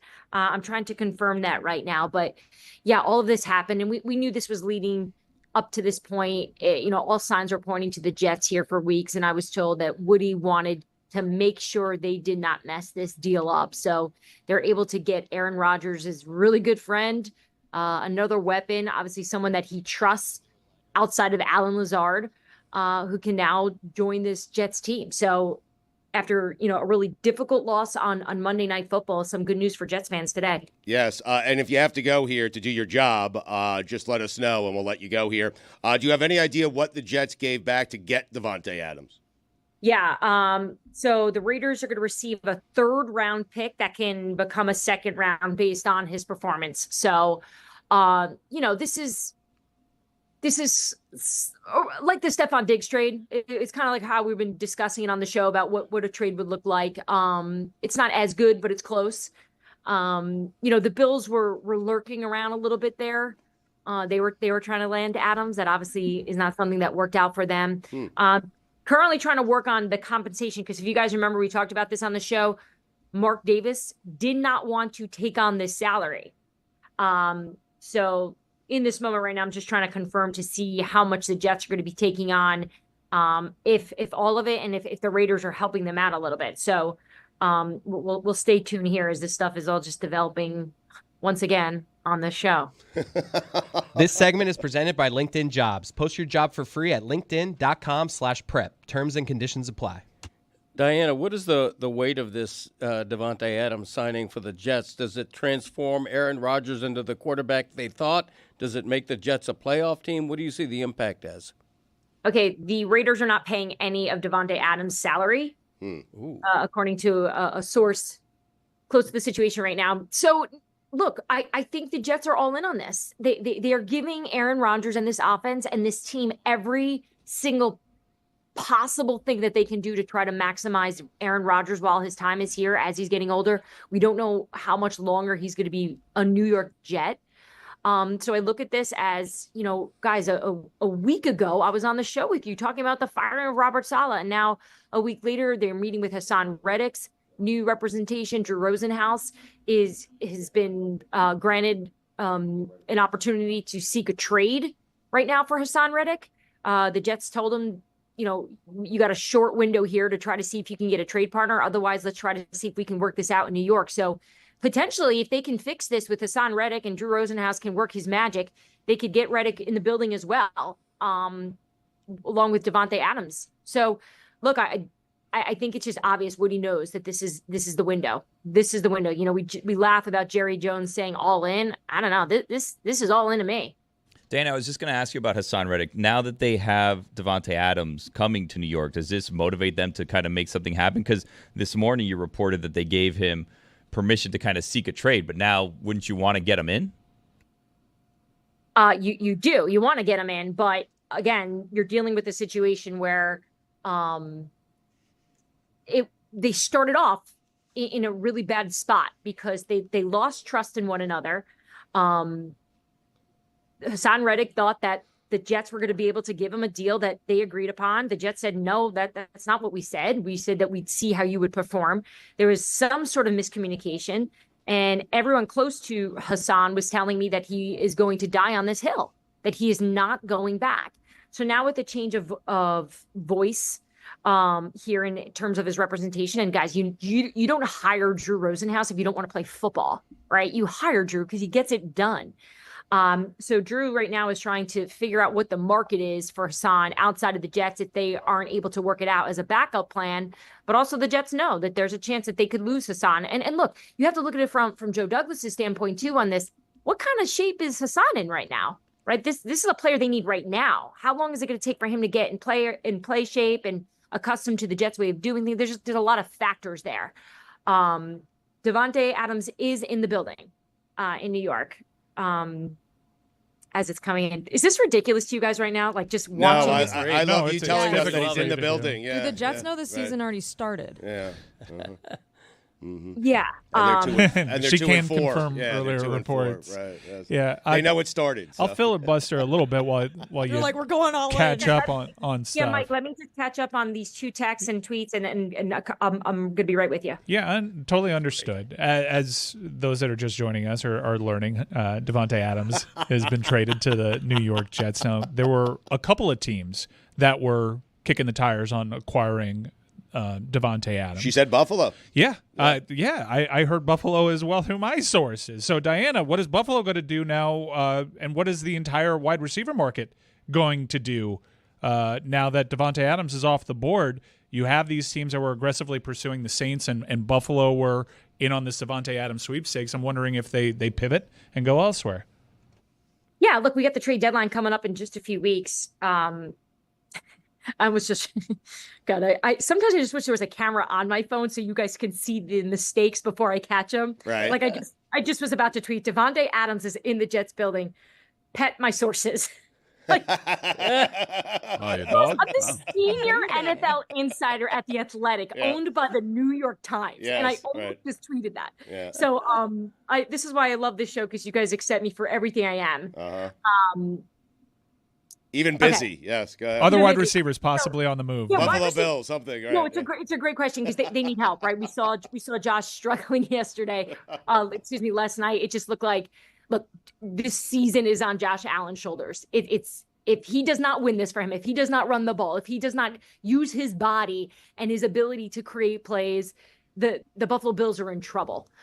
Their defense obviously had some really great moments last night themselves, but this team is going to need more if they want to go deep. They cannot just rely on Josh. So with the trade deadline coming up on November 5th, we're a few weeks out. Look, there's receivers. DeAndre Hopkins in Nashville would make sense to me. Amari Cooper he's got a great contract situation for Buffalo, who doesn't have a lot of money. And now look, these aren't names of players that I think Buffalo, stands up clapping like, yes, we got to get this guy in the building. But it's something. It's players that are veterans that have played at a high level at some point here, and perhaps could use a change of scenery themselves. So we'll see. And then, as you know, the great thing about the trade deadline is teams that have told me they're not going to be busy in terms of dealing are saying that on October 15th. But so much changes between now and then. Do you think Adams will be active for the Jets' next game on Sunday Night Football? Yeah, I do. Look, he's dealing with. God damn it! They're playing the Steelers, Diana. Can you stop that from happening? I have no juice in that Jets building. I can tell you that much. If anything, they would probably escort me out like they did with Salah if they could. Mm-hmm. But no, look, I think they're going to try to get. He's in the building for a reason, right? So he's going to get a physical and probably hop right into meetings the second the players are in the building. In fact, someone texted me that he's already meeting with the coaching staff. So this is really good news for the Jets that are trying to squeeze this, and bad news for the Steelers that, look, they have figured out how to get this offense going with Justin Fields, and talking to people there and even just Steeler players. They're really supportive of Justin Fields. They're all in. I know there were a lot of conversations being had last week about Russell Wilson, and it is an interesting factor, and it's great that he's there and he's a captain. But it just appears to me, just through these conversations, that Justin's the guy, and they want to build this around him. Do I think Russell could get on the field at some point? Maybe, but I don't think the Justin Fields seat is as hot as some people believe it to be in Pittsburgh. Diana, wasn't sure you were coming to me. I'm sorry. Yeah. Tom Brady seems like he's finally going to get approved as a minority owner of the Raiders. Will that, or should that, preclude him from remaining in a TV booth? So it is going to get approved today, and I think that it is not going to prevent him from being a broadcaster. From what I can understand, from having conversations with people here about what this looks like for Tom Brady's future. And this was discussions that were had even before we got to this point. Now it's expected to get voted on today and approved, but if it doesn't, they'll probably vote again in December. This is one of the weirder league meetings of all the ones that they have. Guys are just coming in for the day. Like you guys can see I'm sitting in this little booth in the lobby, and behind my camera that you guys can't see is where the owners are just walking through right now. So this is my time to go get them because they're going to go into meetings. Yes. So get out of here. What are you doing? Go do your job. Seriously. We're sorry, okay? There's just a reoccurring theme here, I feel like. Yes. We're getting in the way of you doing your job. I love you guys, and I don't want to bail on you because I love that you have me on Tuesday. So this is just my window, and Jerry went crazy on the radio today. Go. And I haven't heard him have a meltdown like that, I think, ever since I've covered him. So I kind of want to get to the bottom of what's poking at him. I think we know, but I'm looking forward to kind of hearing what he has to say. So I'm going to shoot you guys a text after I go run in the lobby here, and maybe I can hop back on if you don't have any big guests that you got to get on the show. We are good. You are always welcome here. She's the senior NFL insider for The Athletic, and her podcast with Chase Daniels is called Scoop City, with episodes every Tuesday and Friday. Thank you. Go do the job that you're Go tell the paid to do. Roonies we need a receiver too, Diana. I'm just- counting I'm on going to you. do that. I'm on a mission, Jess. Thank you, Diana. Mike, this is interesting because I am super excited. I was so disappointed this morning when I walked in because the Jets were at 2-4 and Aaron Rodgers is not playing well. But all it takes is a little Devonte Adams trade, and I am back. I mean, why are you back? You're just replicating on a know. more grand scale the same mistakes that you've made since day one with Aaron Rodgers, who claimed to not have any power within that organization just days ago. And then the coach that he was giving laser eyes to is gone. And now his favorite receiver that he's been openly flirting with for 2 years is now back. Is this like Stockholm Syndrome or something? Like we're just repeating the same exact pattern over and over again, and Stugotz keeps buying it time and time again. Eventually, they have to stumble into something that is going to work. I mean, eventually. Right. Yeah. You think so? Yeah. Because well, they keep doubling and tripling down. I think it's far more likely that Devonte Adams and Aaron Rodgers hate each other by the end of the season. This thing working out so far, given what we've seen. I'm firmly in I'll believe it when I see it mode with the Jets. I believe it when I see it. Until then, I'm not. I'm just gonna be like, oh, that's interesting. They'll have like that's a 2-week big trade. They'll have like a 2-week run where Aaron can remind people of how great he once was, and their defense will talk people into thinking if this team gets into the playoffs, it'll be tricky. But then it'll just like at the end of the season. Dominique said on his podcast last week that he thought Aaron Rodgers would have like a 400-yard 4-touchdown game just to spite everyone on Monday Night Football last night, and I was firmly in agreement with him on that. And then they didn't even do that. Right. So I'm just he was on his way. He looked good in the first half. I mean, what's our expectation here? That he's going to force feed Devonte Adams in the way that he did in Green Bay, and it proved to, at the very end of their time together in Green Bay, to not necessarily be the right move. Right. And you look at the receivers that Green Bay now had, and the investment that they made in young receivers out there, they were trying to do the right thing there.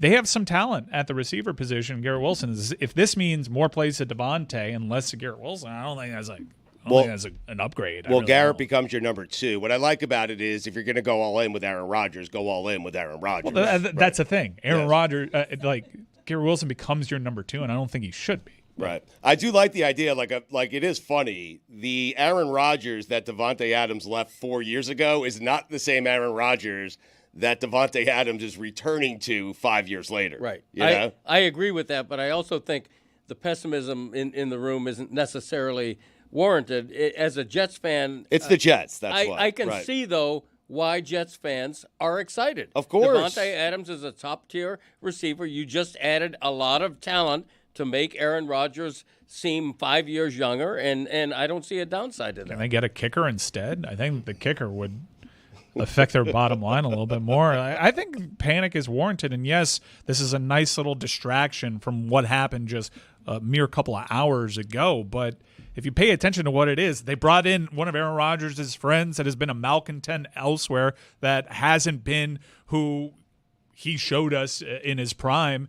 in quite some time now. So I don't see it. I don't see a path here. The leaves have turned. It's late in the season. They fired their coach. This is a lot of chaos around an organization, and not an organization that has ever shown you they can thrive under these situations. No, they haven't. And a quarterback that it's been chaotic since they acquired him, much because of his own doing, and you would swallow some of that if he was better on the field, but we haven't seen him be good on the field. You've seen a couple drives here or there where Stugotz was yelling at his TV, that's why we got Aaron Rodgers. And then you see the end of the game stat line and you realize, well, that's why we sent Zach Wilson out of town.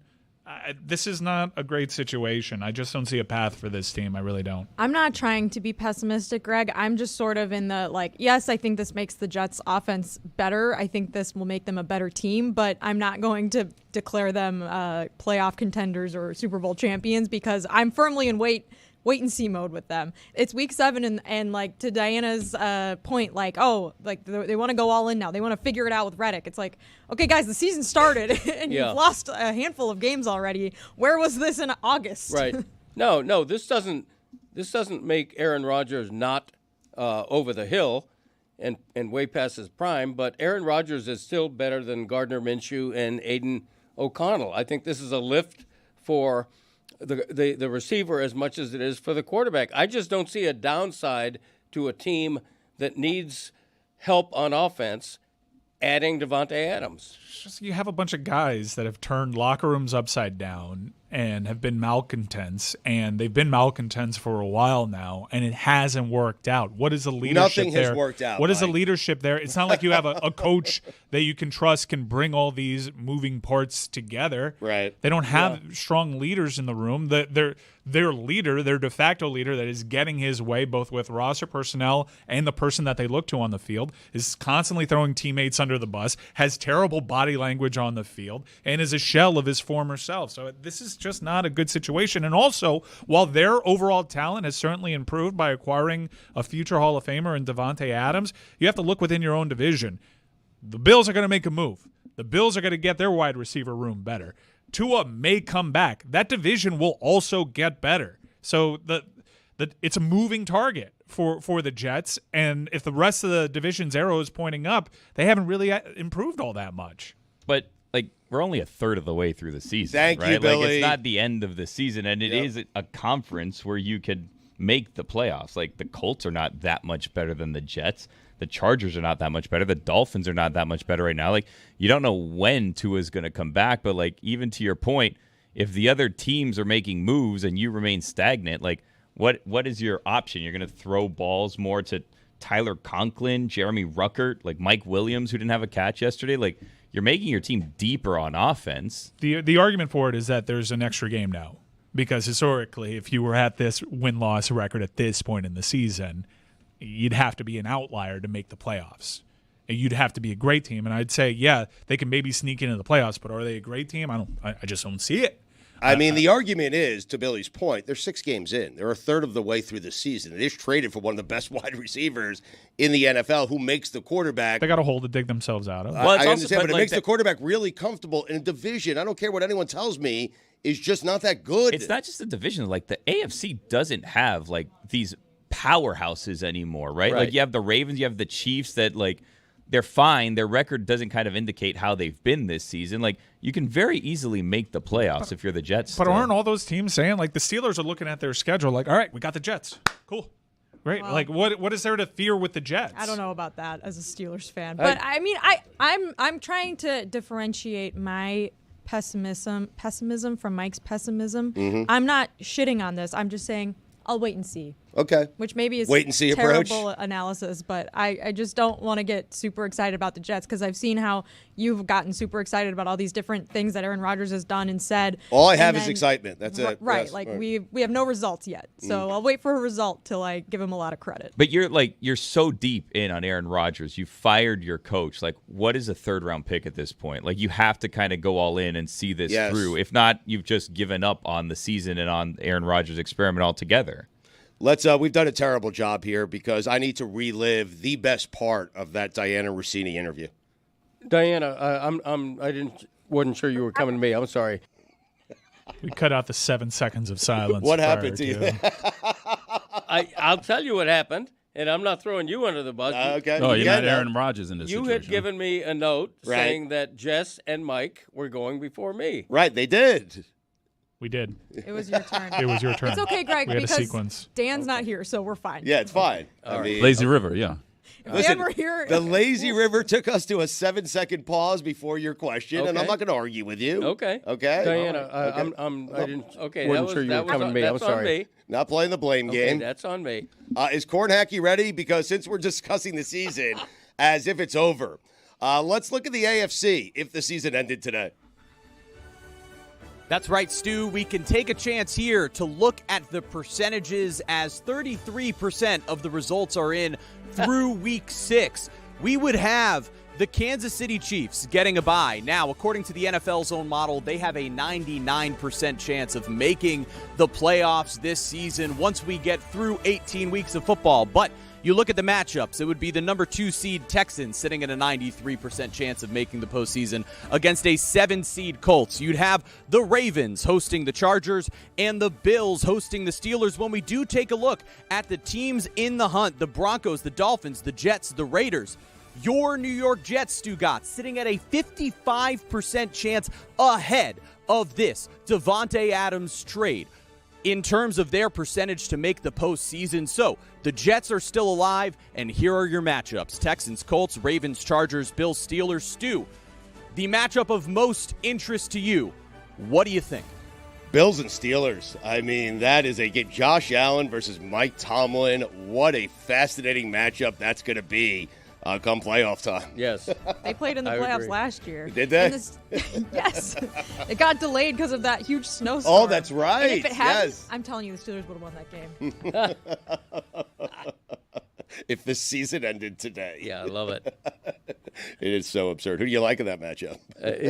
I like the. I'm not giving up on the Bills. Right. Okay, I'm not giving up on. Well, the I don't Bills. think anyone's given up on the Bills. And to make one more point about the Devonte Adams to the Jets thing, if you poll all of the defensive coordinators in the NFL, and ask them, are the Jets more of a challenge to defend right now than they were earlier in the day? Of course. Before this trade, it's unanimous. Yes. And I think that should be the bottom line on this trade. You combine that, you look at the schedule for the Jets, you look at that division, you could be disappointed with the 2-4 start. You could be disappointed with Aaron Rodgers and how he's playing on the field, and I am. But there is some hope here for a team that's 2-4 to add that wide receiver with that quarterback in a lousy division. Today is a good day. Off a loss to Buffalo, today is a good day for the New York Jets. Right, and as far as him being, a locker room cancer or anything else like that, Devonte Adams wanted this trade. He's thrilled to be back with Aaron Rodgers, and he's a happy player right now. And they said Tyreek Hill, when he was traded to Miami, might be a problem in the locker room, and he hasn't been. Quite the opposite. So I don't see a real downside here. Meanwhile, the Chiefs are 5-0. I mean, just laughing at the rest of the league. Yeah, but not a super impressive 5-0. No, it's not. But I did this last year. I made the mistake of doing this last year because they weren't impressive last year. Right. But they have to be laughing at the rest of the league because when one of their guys goes down, they just put in the next guy. Yeah, they don't go shopping for Devonte Adams. They just put in. Worthy goes down, it's someone else. Right. And so that's why if you have number 15, if you have Mahomes, you're great. And so it doesn't matter what you surround him with. And I thought that's the Aaron Rodgers we would be getting because 10 years ago, Aaron Rodgers was Patrick Mahomes. Right. It didn't matter what you put around Aaron Rodgers. The team was going to be good. But with that Chiefs team, it is so simple. Defense is good. Defensive coordinator is legendary. He is great, puts great schemes in place. And they have the best quarterback that has ever played the game outside of Tom Brady. Having said that, Chiefs at 49ers is the game of the week this week.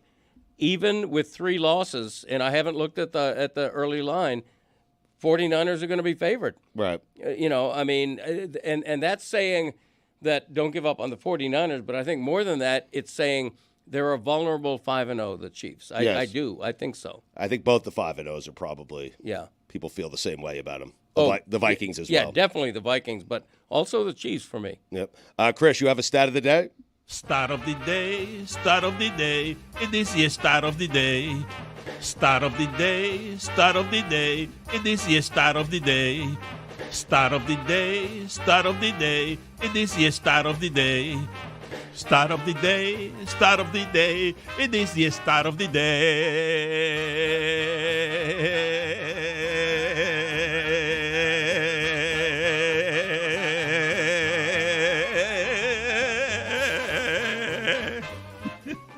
Today's stat of the day is brought to you by Venmo. Now, this will explain, I think, why the Jets made the move they did. Through 6 games with Zach Wilson under center, the Jets scored 113 points last season. Through 6 games this season with Aaron Rodgers under center, the Jets have scored 113 points. Same team. Steve Martin also. He needed a stat of the day, though. I mean, he could have did one that we didn't do already. Yeah. I didn't know he was going to. It's all right, Chris. We got the sponsor in, so we're good. Are we? Well, but somewhat. just imagine what this would look like if Zach Wilson was the quarterback. Yeah. I think that's how we spin this, right? Yeah. 113 points. What do you think it would look like? Not what it looks like. Right. This is a good 2-4. It's a good 2-4. I mean, Really? granted, through 6 games, Zach Wilson was 3-3 and Aaron's 4-2 or 2-4. But I imagine had it been this season and Zach was the quarterback, we'd be maybe looking at who knows, 2-4, maybe a 1-5, dare I say? So yeah, it would feel worse. Yeah, it'd be. And even by the way, I will say this in Aaron's defense: even if Zach was here and it was 2-4, it'd feel like a worse 2-4 than the Aaron 2-4. It would feel like a know? 2-4 with no hope. This feels like Yeah. a 2-4 with plenty of hope. Yeah, if you say so. If Zach was here, I don't think Devonte would be coming. So, right?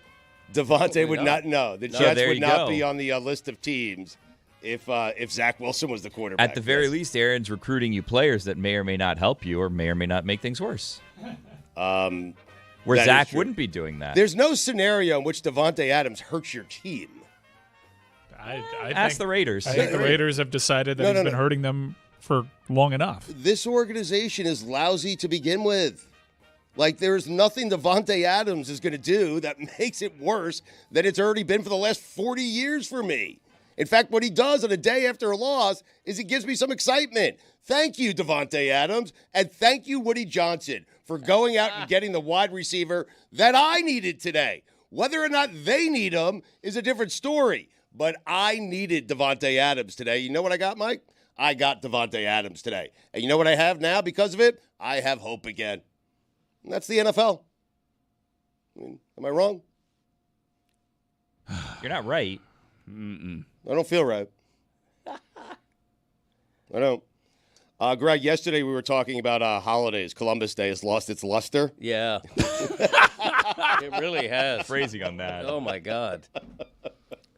And I am told that you have a top 5 holidays. I do. That have lost its luster because you were thinking about it yesterday on the drive home from the show. Yeah, I sure was. Okay, I'm excited for this. Yeah, I had an accident because I was taking notes and thinking about it too much, but no, we're good. I have Are the you top. okay? He's joking. Yeah. No, we're all good. Any damage? Any other victims? It's just a fender bender. Okay. Yeah, the guy took off. Really? Yeah. You hit the guy and the guy took off. It was crazy. Yeah. What dumb luck, I guess. It really was. You get out of a ticket now. You don't have to call anyone unless you're going to self-report, which would be the noble thing to do, I suppose. I drive an indestructible car. Do you? Yeah. If somebody, it's not made out of steel or metal. What's it made out of? It's like a fiberglass. Yeah, carbon fiber maybe? Yeah, it could be. Yeah, okay. And so when you hit me in the fender and there's initially a dent, magically it just pops itself out. Wow. Really? Yeah, it's crazy. Is that standard or you just something with your car special? It's just the car. Okay. You should bottle that up and sell it. Yeah, I think it's pretty standard of so all it is models. standard. I think they're That selling car. it, yes. Yeah. All right. You want a dent, though, don't you, in case, I mean... Well, he crashed because he wasn't paying No, attention. I was kidding about that whole thing. Right, but I if didn't- someone Yeah. crashes into you, no you do way. want the dent, do you not? You want a dent. You want to show your scars, Yeah, right? you want the proof. Yes. Otherwise, you can't make an insurance claim. Right. Right. That's what cameras are for. I know, but when you That's a call good Anajar and point. Levine, you want to have a dent in your car. You know what I'm saying? Yeah. Right. All right, thank you. Yeah, or an And a injury. police report. And perhaps some neck pain. I mean, Neck brace. Yeah. Like Just have in the back seat. Like Mike Brady. I carry a neck brace in my car just so I can have it on when the cops show up. Do you really? Oh, yeah. Yeah, you have to. Prepared, huh? Right. You have to. It's good to put that on record. Now everyone knows. What was your list? A neck brace in the car. Top 5. What are we calling this list? The 5 most useless holidays, or Your list. It's your list. Yeah. Yes. I just said, listen, I said Columbus Day has lost its luster. Right. It used to be a bigger deal. I understand why it's lost its luster. Right. It deserves to lose its luster. Sure. Dad, but we're going to want you to own this list if Yes. you could. I'm owning it. You're just like, what's this thing called? Right. Okay, What it's- number is Well, he it? was in an accident yesterday. It's He the was, yeah. 5. Be patient. The 5 holidays that have most lost their luster. Okay. Number 5. All right. Oh, I don't have any imaging? No. It No. happens after you say it. Ah! Okay. Number 5, you say it, then he'll play a sound. Number 5, Arbor Day. Did it ever have luster? Well, they're trees. Right. Like, trees live for 200 years. They're always there. Why are we celebrating them? Because it provides oxygen. This That's a good sounds point by Roy. This sounds like holidays we should not be celebrating. Well, you can label it however you want. Number 4, President's Day. Folks, if I didn't vote for them, I ain't celebrating them. Yeah. Period. You tell them. Number 3, New Year's Day. Let's all celebrate the brand new year by crashing with a hangover and getting nothing done. Number 2. What is it that you always make on New Year's Day? Oh, black-eyed peas. Yeah, you do. That's Oh, yeah. traditional. That's good luck. New Yeah, Year's that's Day good is luck. a great sports day, Greg. I gotta disagree with you on that one. Do you need the day off, though? Yes. Yeah, I want all of these days off. All hungover. Make your own 5 holiday list. Oh, come on. Right. I already did. Number 2 was Christmas. How about you work this New Year's Day, huh? Yeah, well, I don't need New Year's Day off. Number 2, Okay. Columbus Day. Columbus Day. Such a great holiday. They've quietly changed the name of it because not only did Columbus not really invent the Americas or discover the Americas, but he enslaved people. Number 1, Jeez. Oh, no. Labor Day. So you had Columbus inventing America. Yeah. He but he discovered- didn't. Found America. He discovered the Americas. Turns out he Labor didn't. Day. Kinda Somehow that's stumbled number into 2. it, yeah. That's number 2 somehow. What's better to celebrate the American workforce than taking the day off? Labor Day, ladies and gentlemen. The top 5 holidays that have most lost their luster. I don't think you understood Great your list. own I list. think Hey, that's what I man. call Hey, them. good effort. You're Good saying, effort. you're saying it lost its Yeah. luster, but you're celebrating Labor Day. I mean, Well, Labor Day is meant to celebrate work. So how do No, you it's don't do not. that by taking the day off? Labor. Greg, you started out really well with Arbor Day. Arbor Day. I think you could have added Flag Day, maybe. Oh, you know what? I had Flag Day, Flag Day's a good one. but Although I didn't want to appear like unpatriotic. Like, to me, if you make fun of Flag Day, you're making fun of the U.S. But flag. President's Day is fine. Yeah, President's Day is fine. it's a collection of presidents, though. It's not just one. You're celebrating all former U.S. presidents. Has nothing to do with who you voted for. I think it does. You celebrating Taft? It's his President's Day. I'm not I mean, celebrating Coolidge? Taft. I didn't know Adams. Did you vote for Taft? No. Woodrow Wilson? What was the first Yeah, what election was- in which you voted? I hate to even admit Was that. it Please Carter? tell us. Please tell us. Eisenhower. Was it Nixon? It was Nixon. Whoa! I had just turned 18 that September. And so I was registered to vote. And because my parents were both Republicans, Wow. the first vote I ever cast Wild was Bill, for huh? Richard Nixon. Wow. Yeah, I don't think I've ever admitted that before and regret admitting Tricky it now. Dick, he tricked you. Nana was a Republican, huh? Yeah, they were. As they got older, they like Uncle Dick. As they got older, their politics moved Wait, a little Uncle bit left. Dick used to be a Republican? Oh, big time. Now he's the most he's the most left on he is. Facebook. What How happened about to Uncle Georgie Dick? Lynott? What? I don't know. He Good changed. question. He changed. I mean, he's got a Kamala Harris flag in his, Georgie window. Lynott does? Maybe he didn't change and the party did. Yeah. He didn't really go out on a limb. It looks like Nixon got 520 electoral votes. Yeah. No, he was the president, so I cast a winning vote. He dominated? Yeah. Yeah. Who'd you vote for in the next one? Let's go through all your voting. Oh, I love this. Yeah. This is great. At This every is so level. good. Yeah. This man voted for Richard Nixon. You weren't a George McGovern guy? No, Gerald Ford. I mean, it's in his name. At He was the born time. to McGovern. Who was your first Democratic president that you voted for? I would have to look at the list. I mean, I've been around a while. Right. Ford, You know. Carter, You're not going to take a quiz? Jefferson. I voted for Gerald Ford and regretted it. I was still voting Republican then. What was the one after that? I don't remember. It was Carter, wasn't it? No, Carter beat Ford. It's Right. good that we're doing this. Yeah. The 1976 election. And then Reagan after that. That was a big one, bicentennial, right, Greg? Yeah, it was what a were big you one. doing? How'd you celebrate the bicentennial? I remember the bicentennial. Yeah. It was fabulous. Didn't lose its luster. No, it was great. What'd you do?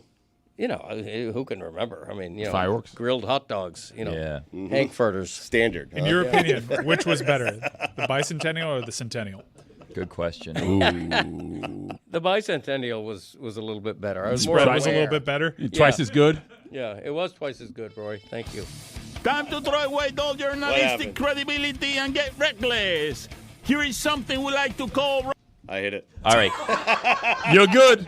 1980, Greg, was Reagan versus Carter. Did you think Carter did a great job? You didn't vote for him the first time. Do you think he did a good job? You kept him around, or did you go to Ronald Reagan over there? I think I might have voted for Carter. Or John B. Anderson as an independent. Oh, you know what? I did vote for John Anderson. Get out of here. No, I did. No one voted for Anderson. Third party. Let's I go. mean, I remember to this day, Let's hear our guy. John Anderson had And Patrick Lucy. What year would that have been? The John Oh, he was Anderson. on 1980, SportsCenter. yeah. So. 1980. Yeah, he John just, B. he Anderson. just retired. Got it. I'm Illinois. really remembering some guys here. John Anderson. segment. My favorite country singer, by the way, a different John Anderson. And Sports Center. really? Yeah, John Anderson had a headquarters right on Coral Gables, right near UM. And I remember driving there and getting a Anderson bumper sticker. Yeah. And Shirley Chisholm, did you vote for her? Who?